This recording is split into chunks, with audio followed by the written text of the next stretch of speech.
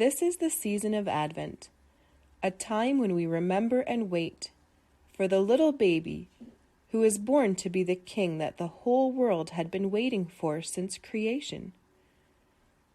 When we light candles or have twinkling lights at Christmas, we remember that Jesus was the light that came down from heaven to be with us in the darkness of the world. Today we light the first Advent candle for peace, and our message is about peace from the prophet Isaiah. Prophets were people chosen by God to deliver a message to God's people.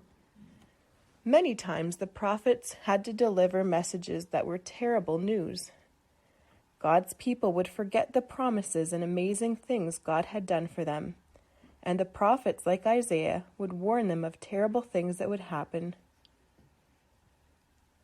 Imagine that the people in your home were always fighting or being attacked.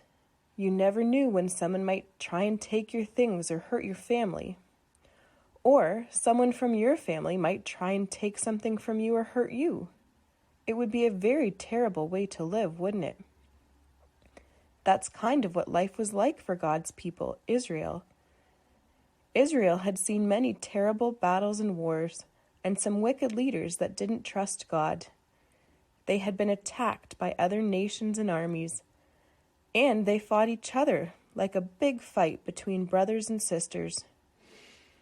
The nation of Israel was divided in two.